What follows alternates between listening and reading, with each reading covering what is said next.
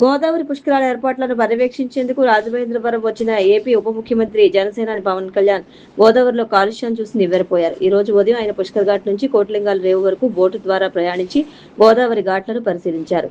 కోటిలింగాల ఘాటు వద్ద పంటు దిగి నల్లా ఛానల్ వరకు నడిచి ఛానల్ పరిశీలించారు. నల్లా ఛానల్ వద్ద ప్లాస్టిక్ ఇతర వ్యర్థాలు చూసి ఆందోళన వ్యక్తం చేశారు. గోదావరి నదిలో నీటి నాణ్యతను, ఇసుక తవ్వకాలపై పవన్ ఆరా తీశారు. ఆయన వెంట మంత్రులు నాదెండ్ల మనోహర్, కందుల దుర్గేష్, జిల్లా కలెక్టర్ కీర్తి చేకూరి, జేసీ మేఘస్వరూప్, తూర్పుగోదావరి జిల్లా ఎస్పీ డి నరసింహకిషోర్, జిల్లాకు చెందిన ప్రజాప్రతినిధులు, అధికారులు పాల్గొన్నారు.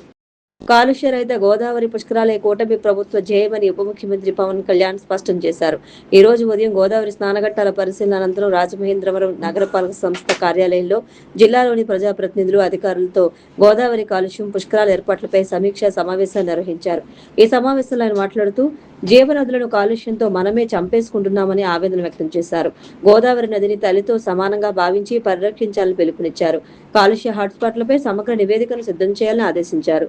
డ్రోన్ సర్వేతో మురుగు కాలువల కలయిక ప్రాంతాలు గుర్తించాలన్నారు. కాలుష్య నివారణలో భాగంగా కాతేరు వద్ద 5 MLD ఎస్టీపీకి, ధవళేశ్వరం వద్ద 10 MLD ఎస్టీపీ నిర్మాణ ప్రతిపాదన చేశారు. గోదావరి తీరాన ఉండే పరిశ్రమలు సిఎస్ఆర్ నిధులతో నదీ సంరక్షణ చర్యలు తీసుకునేలా ప్రతిపాదన చేస్తామని పవన్ తెలిపారు. పర్యావరణ పరిరక్షణ, అభివృద్ధి, ప్లాస్టిక్ నిషేధంపై ప్రత్యేక ప్రచారం చేపట్టాలని సూచించారు. గోదావరి పుష్కరాల్లో పునర్వినియోగ వస్తువుల వినియోగానికే అనుమతి ఇవ్వాలని స్పష్టం చేశారు. మన నది మన గుడి కార్యక్రమాన్ని ముందుకు వెళతామన్నారు. గోదావరి ప్రక్షాళనకు 14 రోజుల్లో సమగ్ర కార్యాచరణ నివేదిక సమర్పించాలని పవన్ ఆదేశించారు. గోదావరి సంరక్షణలో ప్రతి ఒక్కరూ భాగస్వామ్యం కావాలని పిలుపునిచ్చారు. గోదావరి పుష్కరాల పనులపై పవన్ కళ్యాణ్ అసంతృప్తిని వ్యక్తం చేశారు. ఏడాది గడువులోగా ప్రతిపాదిత దశలోనే ఉన్న పనులు ఎలా పూర్తి చేస్తారని ప్రశ్నించారు. పుష్కర యాత్రికుల కోసం 550 హోమ్ స్టేలు సిద్ధం చేసినట్లు పర్యాటక శాఖ మంత్రి కందుల దుర్గేష్ వెల్లడించారు. పుష్కర రద్దీ, ట్రాఫిక్ డైవర్షన్ పై కార్యాచరణ సిద్ధం చేసినట్లు కలెక్టర్ కీర్తి చేకూరి పవన్ కు వివరించారు. 10 రోజుల వ్యవధిలో వరుసగా 4 సార్లు పెట్రోల్, డీజిల్ ధరలు పెంచి కేంద్రం దేశ ప్రజలు నడ్డి విరుస్తోంది. ఏప్రిల్ 23 ధరలు పెంచిన చమురు సంస్థలు తాజాగా ఈ రోజు పెట్రోల్పై లీటర్కు ₹2.61, డీజిల్పై ₹2.71 పెంచాయి. మే 15 నుంచి ఇప్పటి వరకు పెట్రోల్, డీజిల్ ధరలు లీటర్కు దాదాపు ₹7.50 వరకు పెరిగాయి. మే 15న ప్రభుత్వ రంగ చమురు సంస్థలు పెట్రోల్, డీజిల్ ధరలను ₹3 చొప్పున పెంచాయి. ఆ తర్వాత మే 19న లీటర్కు 90 పైసలు, మే 23న పెట్రోల్పై 87 పైసలు, డీజిల్పై 91 పైసలు పెంచాయి. పెరిగిన పెట్రోల్, డీజిల్ ధరలు ద్రవ్యోల్బణానికి దారితీసి నిత్యావసర వస్తువుల ధరలు పెరిగి అంతిమంగా సామాన్యుల జీవనంపై పెనుభారం మోపుతున్నాయి. ఆదికవి నన్నయ్య యూనివర్సిటీ కెమిస్ట్రీ విభాగం professor B Jaganmohan Reddy organic chemistry, అధునాతన శాస్త్రీయ పరిశోధన రంగాల్లో చేసిన పరిశోధనలకు గాను BTC pharma best research scientist of the year 2025-26 అవార్డులు దక్కించుకున్నారు. హైదరాబాద్ లోని బీటీసీ ఫార్మాస్యూటికల్స్ టెక్నాలజీ ఇండియా సంస్థ కార్యాలయంలో మేనేజింగ్ డైరెక్టర్ జె బ్రహ్మానందం చేతుల మీదుగా బీటీసీ ఉత్తమ పరిశోధన శాస్త్రవేత్తగా 2025-26 అవార్డుతో పాటు 10,116 నగదు బహుమతిని అందుకున్నారు. విశ్వవిద్యాలయ వీసీ ఆచార్య ప్రసన్నశ్రీ ప్రొఫెసర్ జగన్మోహన్ రెడ్డిని అభినందించారు. ప్రొఫెసర్ బి జగన్మోహన్ రెడ్డిని రిజిస్ట్రార్ ఆచార్య కేవి స్వామి, కెమిస్ట్రీ విభాగ అధ్యాపకులు అభినందించారు.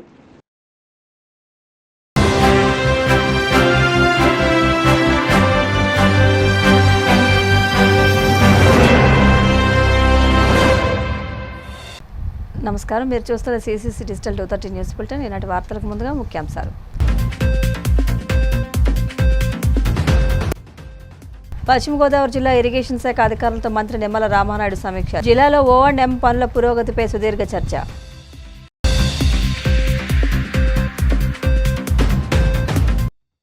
తాను మంచోడినంటూ జగన్ సొంత డబ్బా కొట్టుకుంటున్నారన్న మంత్రి పయ్యావుల కేశవ్. ఆయన బాధితులు కాదు, నేర చరిత్ర కలిగిన నిందితుడు అని విమర్శ. విభిన్న ప్రతిభావంతుల సంక్షేమానికి కట్టుబడి ఉన్నామన్న మంత్రి డోలా. వారికి మరిన్ని సౌకర్యాలు కల్పించేందుకు డిజబుల్ కమిషన్ ఏర్పాటు చేసినట్లు వెల్లడి.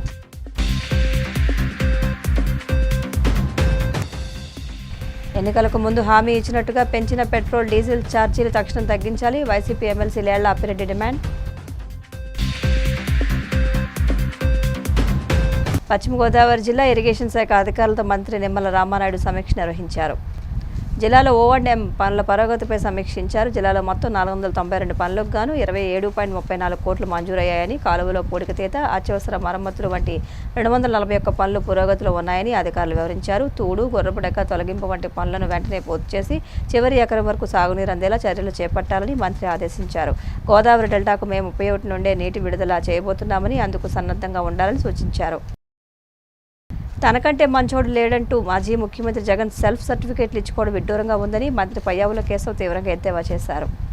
జగన్ ఎన్నటికీ బాధితుడు కాదని, ఆయన నేర చరిత్ర కలిగిన నిందితులని సంచలన ఆరోపణలు చేశారు. తనపై జరిగిన క్రిమినల్ చర్యలను కప్పిపుచ్చుకునేందుకే జగన్ శాంతిదూతలా నటిస్తున్నారని విమర్శించారు.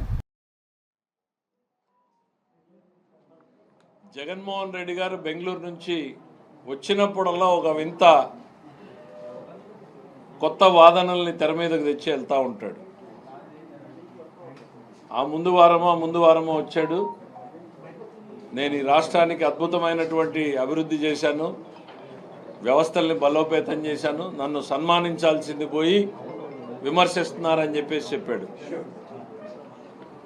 నిన్నటికి నిన్న ఆయన సెల్ఫ్ సర్టిఫికేట్ ఇచ్చుకున్నాడు. నా అంత మంచోడు ఈ రాష్ట్రంలోనే లేడు అనేటువంటిది సెల్ఫ్ సర్టిఫికేట్ ఇచ్చుకున్నాడు. తన వారసత్వం గురించి చెప్పుకున్నాడు. రాజారెడ్డి గారి దగ్గర నుంచి బాబాయ్ వరకు చనిపోయినప్పుడు చంద్రబాబు నాయుడు గారు అధికారంలో ఉన్నాడు అంటే ఆయనే కారణం అన్నట్టు చెప్పేటువంటి ప్రయత్నం చేశాడు. అంటే బాబాయ్ హత్య కేసులో ఏం జరిగింది అని ఈ రాష్ట్రంలో నిక్కరేసుకున్న కుర్రాడిని కూడా అడిగితే చెప్పేటువంటి పరిస్థితులు ఉన్నాయి. అట్లాంటి వాటిల్లో కూడా మీరు అసత్యాల్ని చెప్పేటువంటి ప్రయత్నం చేయడం అనేటువంటిది జీర్ణించుకోలేకపోతున్నారు. ఒక 2 ముక్కలు.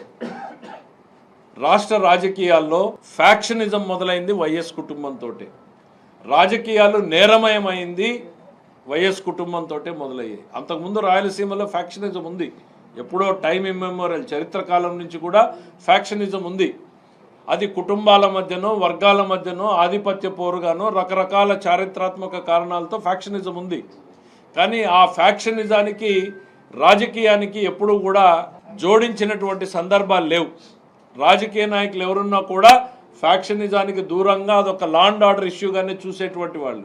రాజశేఖర రెడ్డి ఫ్యామిలీ రాజకీయాల్లో మొదలుపెట్టిన తర్వాత రాజారెడ్డి గారు క్షేత్రస్థాయిలో తనకున్నటువంటి రాజ్యాధికారాన్ని అడ్డం పెట్టుకుని ఈ ఫ్యాక్షనిజంలో గ్రూపుల్ని ప్రోత్సహించి రాజకీయంగా లొంగ తీసుకునేటువంటి ప్రయత్నం మొదలుపెట్టారు.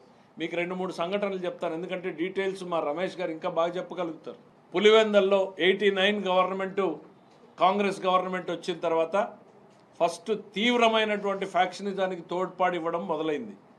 ఒక్కొక్క గ్రామంలో ఎవరైతే ఆ రోజున ప్రత్యర్థిగా ఉన్నటువంటి బలంగా ఉన్న పార్టీలు ఉన్నారో వాళ్ళని ఏ రకంగా లొంగ తీసుకున్నారు అనేటువంటిది. పార్నపల్లి అనేటువంటి ఒక గ్రామం స్టోరీ చెప్తాం. పార్నపల్లి అనే విలేజ్లో తెలుగుదేశం పార్టీకి భారీ మెజారిటీ వచ్చింది అనేటువంటి చూసి పులివెందల నియోజకవర్గం రాజారెడ్డి గారు ఆ ఊర్లో క్యాంప్ వేసి కూర్చుని ఆ ఊర్లో ఉన్నటువంటి తెలుగుదేశం పార్టీ నాయకుల్ని చిన్న కేసు పెట్టి జైల్లోకి పంపించి ఒక కంప్రెసర్ తీసుకొచ్చి 2 కంప్రెసర్లు 3 కంప్రెసర్లు తీసుకొచ్చి ఇంటి పునాదులకు డ్రిల్ చేశారు. ఈ మోడర్న్ డేలో ఎవడు చూసున్నాడు? ఈ సమాజంలో ఈ ఆంధ్రప్రదేశ్ రాష్ట్రంలో జరిగింది. ఇంటి పునాదులకు డ్రిల్ చేసి డైనమైట్లను పెట్టారు. ఈ సంఘటన జరుగుతున్నంతసేపు ఊర్లో పోలీసులు ఉన్నారు. ఒక ఎస్ఐ 10 మంది పోలీసులు ఉంటే వాళ్ళను ఒక గదిలోకేసి బంధించారు. స్వయంగా ఆ రోజు రాజారెడ్డి గారు ఆ గ్రామంలో ఉన్నారు. ఆ డైనమైట్లు పెట్టి ఆ ఇంటిని పేలిస్తే ఆ ఇంట్లో పశుపక్షాదులన్నీ కూడా లోపలే ఉండి పేలిపోయినటువంటి సంఘటనలు. 2000 మంది ఆ ఊరి మీద దాడికి పోయారు. మీరు మహిళల పట్ల మీరు ప్రవర్తించినటువంటి తీరు ఈ రోజు కూడా ప్రజలు మర్చిపోలేదు. ఒక ఇంటిని డైనమైట్లు పెట్టి పేల్చేసి ఎంతటి భయానక వాతావరణాన్ని మీరు కల్పించారు అనేటువంటిది ఈరోజు సమాజానికి తెలీదు. మరి అట్లానే పెద్దకుడాల గ్రామంలో కృష్ణారెడ్డి అనేటువంటి లీడర్ ఉండేవాడు. ఆయన వీళ్ళకి బలంగా ఎదురు నుంచున్నాడు అనేటువంటి దాంతో ఒక ఏం చేసినా ఒక పకడ్బందీ స్కెచ్లు వేయడం అనేటువంటిది రాజకీయాల్లో అప్పుడే మొదలైంది. అంటే ఎవరు ఎక్కడ పోలీసుల పాత్ర ఏం చేయాలి, వీళ్ళు ఏం చేయాలి అనేటువంటి దాంతో ఆయన సెకండ్ షో సినిమాకి పోయేస్తూ ఉంటే విభిన్న ప్రతిభావంతుల అభివృద్ధి సంక్షేమానికి కూటమి ప్రభుత్వం కట్టుబడి ఉందని మంత్రి డోలా బాలవీరాంజనేయ స్వామి తెలిపారు. మార్కాపురం పట్టణంలోని సౌజన్య ఫంక్షన్ హాల్లో జిల్లాలోని విభిన్న ప్రతిభావంతులకు ఉచిత 3 చక్రాల స్కూటర్ల పంపిణీ కార్యక్రమంలో ఆయన ముఖ్య అతిథిగా పాల్గొన్నారు. ఈ సందర్భంగా మంత్రి డోలా మాట్లాడుతూ రాష్ట్ర వ్యాప్తంగా ఈ కార్యక్రమం కింద 17.5 కోట్లతో 1750 మందికి వీటిని అందజేస్తున్నట్లు వివరించారు. మార్కాపురం జిల్లాలో మొదటి విడతగా మొత్తం 40 స్కూటర్లు అందజేస్తున్నట్లు తెలిపారు. అదేవిధంగా 4.32 కోట్లతో దివ్యాంగుల హాస్టల్స్ను రిపేర్ చేస్తున్నామన్నారు. విభిన్న ప్రతిభావంతులకు మరిన్ని సౌకర్యాలు కల్పించేందుకు డిజిటల్ కమిషన్ ఏర్పాటు చేసినట్లు చెప్పారు.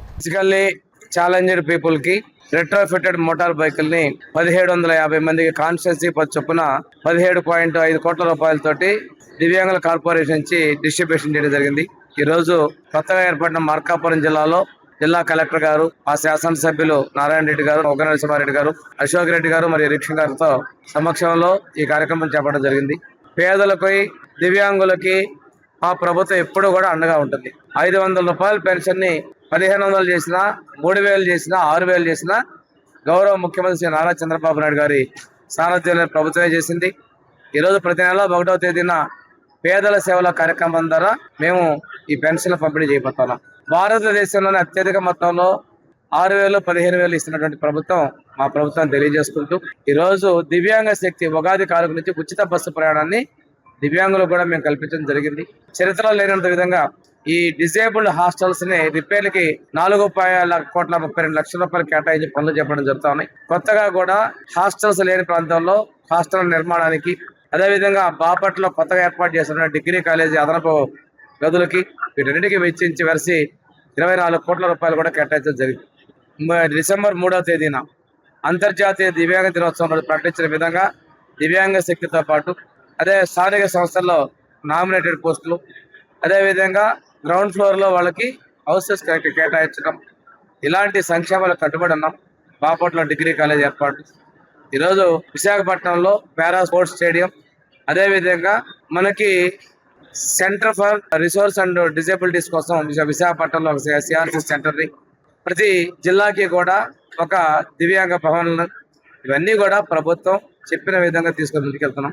ఈరోజు దాదాపుగా 300 దివ్యాంగ బ్యాక్లాగ్ పోస్టులు కూడా భర్తీ చేస్తున్నాం. నోటిఫికేషన్ చేయడం జరిగింది, ప్రాసెస్ లో ఉంది. త్వరలోనే నియామక పత్రాలు అందించబోతున్నాం.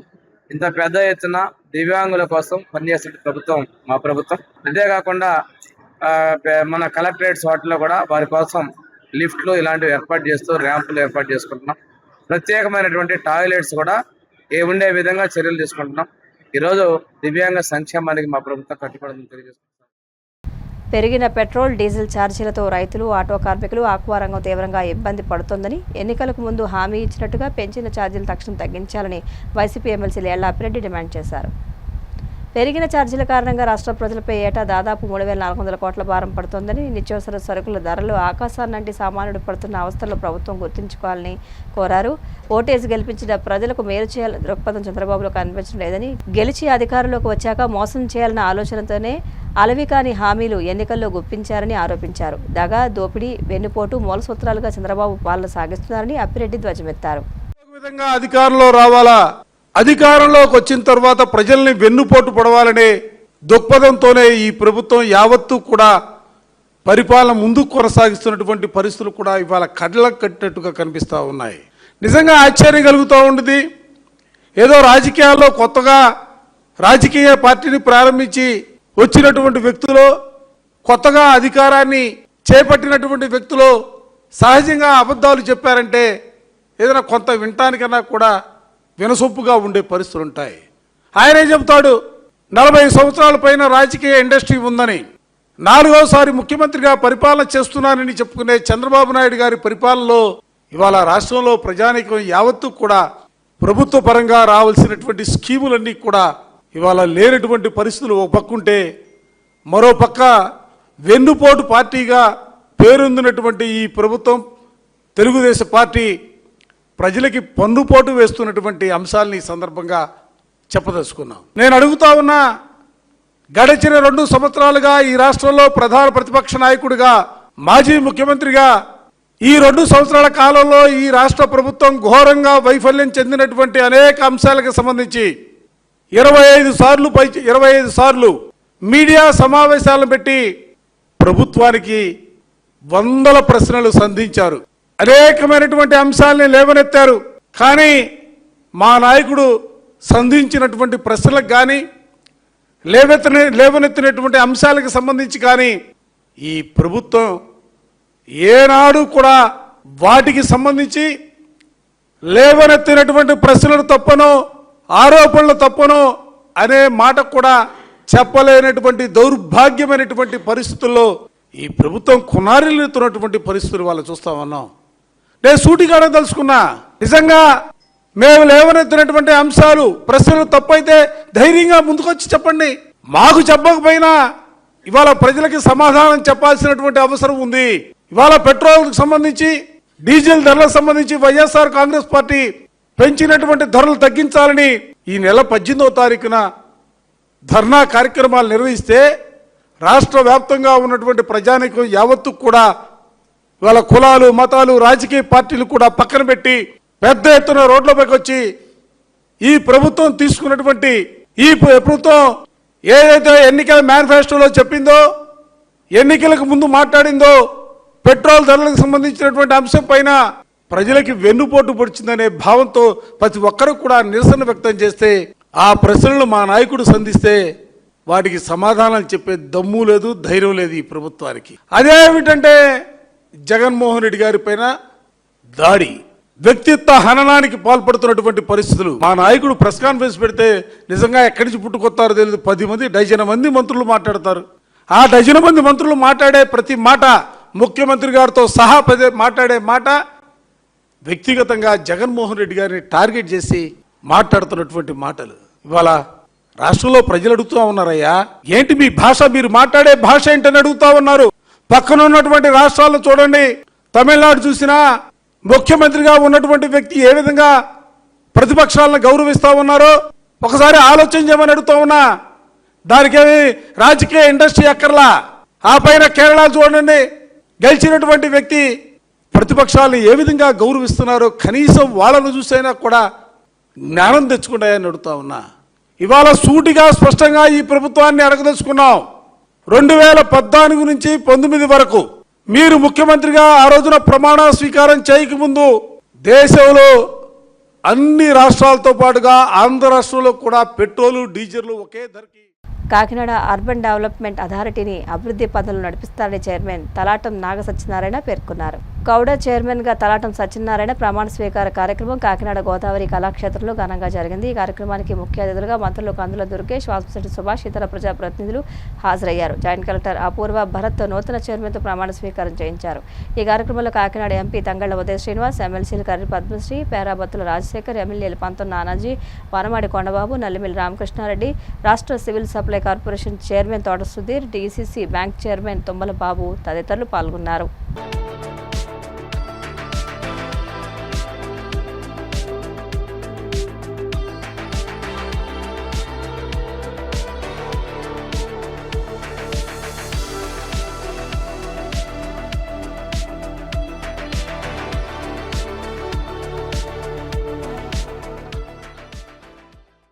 కష్టపడే వ్యక్తి కొంచెం తెలియపరుచుకోవాలని, అడ్వర్టైజ్ చేసుకోవాలని ఎప్పుడూ ప్రయత్నిస్తూ ఉంటాం, నాతో సహా అందరితో సహా. కానీ తలాటం సత్య పార్టీకి ఎంత కష్టపడుతున్నాడు అనే దాన్ని ఎప్పుడూ అడ్వర్టైజ్ చేసుకోవడానికి కూడా ప్రయత్నం చేయనటువంటి వ్యక్తి. ఆయన పార్టీ చేసిన సేవలు ఓన్లీ కాకినాడ నియోజకవర్గానికో కాకినాడ జిల్లాకో కాదు, ఎక్కడో 10 ఏళ్ల క్రితం పార్టీ పెట్టినప్పటి నుంచి ఎక్కడో అనంతపూర్లో ఒక సభ జరుగుతుంది, దానికి ఒక వారం ముందే వెళ్తారు. ఒక వారం ముందే వెళ్ళి అక్కడ కావాల్సిన కార్యక్రమాలు ఇతనికి తెలిసిన అక్కడ 2 3 చేరదీసుకుని, లేకపోతే ఇక్కడి నుంచి తీసుకెళ్ళి ప్రతి ఒక్క చిన్న ప్రోగ్రామ్ అయినా పెద్ద ప్రోగ్రామ్ అయినా పార్టీ ప్రోగ్రామ్ని, మన అధినేత పవన్ కళ్యాణ్ గారి ప్రోగ్రామ్ని, జనసేన పార్టీ ప్రోగ్రామ్ని సక్సెస్ఫుల్గా చేయడంలో ప్రతి ఒక్క ప్రోగ్రాంలో కూడా కొంత పర్సంటేజ్ సత్యత ఉంది. అందులో 100% మనం ఇందులో దాన్ని అంగీకరించాలి. అలాగే ఎలక్షన్లో ఒక ఇన్సిడెంట్ మీ అందరికీ జరిగిన ఒక ఇన్సిడెంట్ మీ అందరికీ చెప్తున్నాను. అదే మన అధినేత పవన్ కళ్యాణ్ గారి దృష్టికి కూడా వెళ్ళింది. అలాగా కష్టపడ్డ ప్రతి ఒక్క కార్యకర్తని ఏదైనా మెంబర్ టు లీడర్ చేసే విధంగా ఈ దేశంలో కాదు, ఈ ప్రపంచంలో కాదు, ఏదైనా పార్టీ ఉందంటే అది జనసేన పార్టీ అండ్ ఆ నాయకుడు మన అధినేత పవన్ కళ్యాణ్ గారని ఈ సందర్భంగా తెలియజేసుకుంటాను. ఇంకొకసారి ఆంధ్ర రాష్ట్ర ఉప ముఖ్యమంత్రి వర్యులు శ్రీ కొనిదెల పవన్ కళ్యాణ్ గారి దయ వల్ల నేను కాకినాడ అర్బన్ అథారిటీ చైర్మన్గా ఈరోజు పదవి బాధ్యత స్వీకరించడం జరిగింది. పవన్ కళ్యాణ్ గారు చెప్పేవారు ఎప్పుడు ఇది పదవి కాదు, నేను బాధ్యతగానే స్వీకరిస్తున్నాను. ఖచ్చితంగా పవన్ కళ్యాణ్ గారు ఏదైతే పంచాయతీ శాఖలో నెంబర్గా ఉన్నారో ఆయన బాటలో వెళ్ళే మేమందరం కూడా మాకు అప్పచెప్పిన బాధ్యతల్ని సక్రమంగా నిర్వర్తించి మేము కూడా మంచి పేరు తెచ్చుకుంటామని చెప్పి తెలియజేసుకుంటూ, ఇది కేవలం బాధ్యత మాత్రమే. క్రమశిక్షణతో పార్టీలో పనిచేసిన ఏ కార్యకర్త అన్నా సరే ఒకరికి ముందవ్వచ్చు, ఒకరికి వెనకవ్వచ్చు. నేను కూడా ఆఖరి వరుసలో కూర్చున్న ఒకనాటి జనసేన పార్టీ కార్యకర్తనే. ఈరోజు ఈ వేదిక మీద కూడా చైర్మన్గా ఉన్నారంటే అది కేవలం పవన్ కళ్యాణ్ గారి వల్లే. కూడాని ఒక బలమైన శాఖగా తయారు చేసి అభివృద్ధి పనులన్నీ కూడా ద్వారా చేస్తాం. అదేవిధంగా ఏదైతే కీలకమైన పనులు ఉన్నాయో అవన్నీ కూడా ద్వారా చేస్తాం. ఒకటొకటిగా బాధ్యతలు స్వీకరించాక కూడాని చాలా పటిష్టంగా తీసుకుని అభివృద్ధి కార్యక్రమాలు చేసి మంచి పేరు సంపాదించుకునేలా ఉంటాం. ఇంకోటి కూడా కేవలం అభివృద్ధి ఎజెండాగా నేను ముందుకు వెళ్తానని చెప్పి మీ అందరికీ మనం చేసుకుంటాం. పశ్చిమ గోదావరి జిల్లా భీమవరం ఆనంద ఫంక్షన్ హాల్లో 3 రోజుల పాటు జరిగే లైఫ్ స్టైల్ ఎక్స్పో శనివారం ప్రారంభమైంది.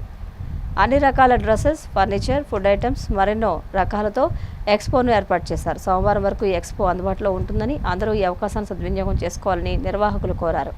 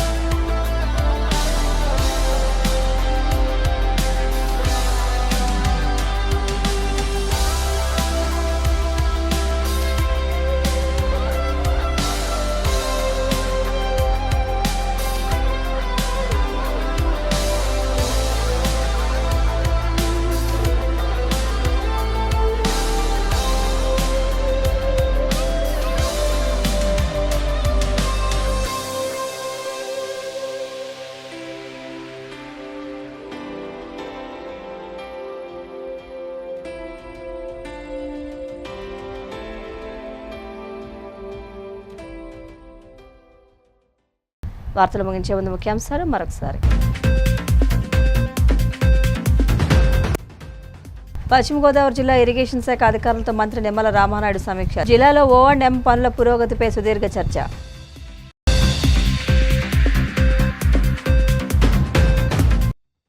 తాను మంచోడినంటూ జగన్ సొంత డబ్బా కొట్టుకుంటున్నారన్న మంత్రి పయ్యావుల కేశవ్. ఆయన బాధితులు కాదు, నేర చరిత్ర కలిగిన నిందితుడు అని విమర్శ. విభిన్న ప్రతిభావంతుల సంక్షేమానికి కట్టుబడి ఉన్నామన్న మంత్రి డోలా. వారికి మరిన్ని సౌకర్యాలు కల్పించేందుకు డిజబుల్ కమిషన్ ఏర్పాటు చేసినట్లు వెల్లడి.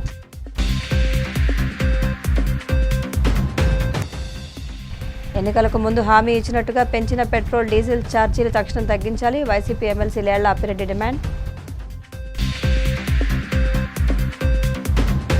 CCC డిజిటల్ 230 న్యూస్ బులెటిన్ ఇంతటితో సమాప్తం. నమస్కారం.